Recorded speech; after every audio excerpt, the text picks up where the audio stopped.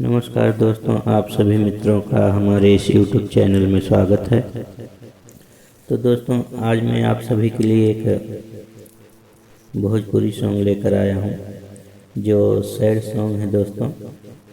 उम्मीद करता हूँ ये सॉन्ग आपको ज़रूर पसंद आएगा दोस्तों।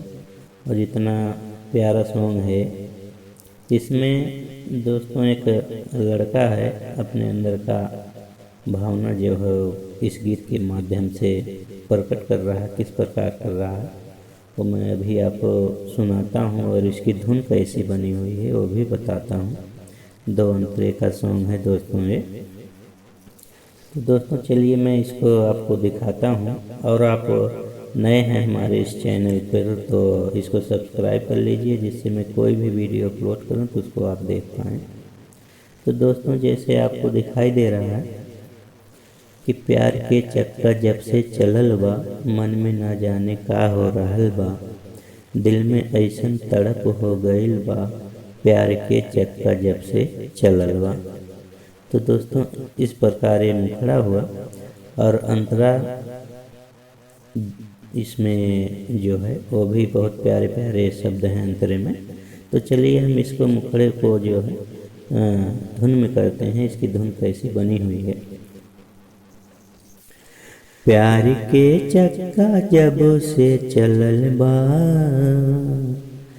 प्यार के चक्का जब से चलल बा, मन में ना जाने का हो रहल बा, दिल में ऐसन तड़प हो गइल बा, प्यार के चक्का जब से चलल बा,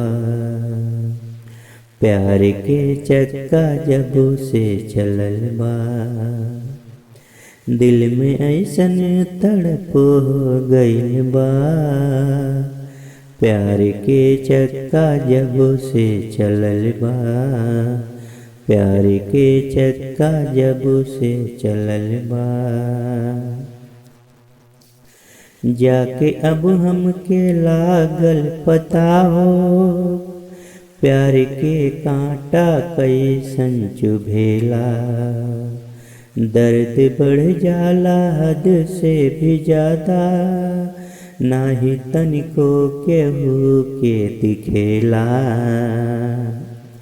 जाके अब हमके लागल पता हो, प्यार के कांटा कैसन चुभेला, दर्द हद से दर्द बढ़ जाला हद से भी ज्यादा, नाही तनिको केहू के दिखेला,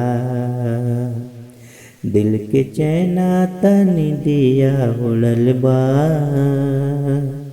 दिल के चैना तनी दिया उड़ल बा, प्यार के चक्का जब से चलल बा, प्यार के चक्का जब से चलल बा, प्यार के चक्का जब से चलल बा। सेकंड है, प्यार के रोग हमका धरा के, का कहीं अब दवा ना मिलेला, नींद आवे न रतिया के हमके, जाके छत पे हम घूमा करीला। हाँ, प्यार के रोग हमका धरा के, का कहीं अब दवा ना मिलेला, नींद आवे न रतिया के हमके, जाके छत पे हम घूमा करीला। आग दिल में गजब के लगल बा,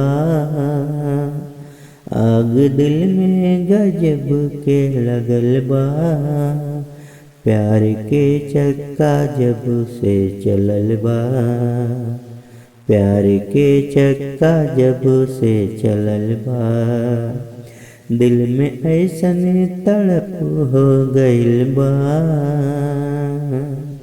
दिल में ऐसन तड़प हो रहल बा, मन में ना जाने का हो रहल बा, मन में ना जाने का हो रहल बा, मन में ना जाने का हो रहल बा, प्यार के चक्का जब से चलल बा, प्यार के चक्का जब से चलल बा।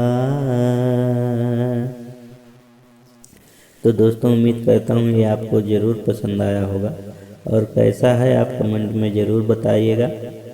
तो दोस्तों मिलते हैं नेक्स्ट वीडियो में किसी फुल सॉन्ग के साथ, तब तक के लिए आप सभी मित्रों को नमस्कार, जय हिंद, जय भारत।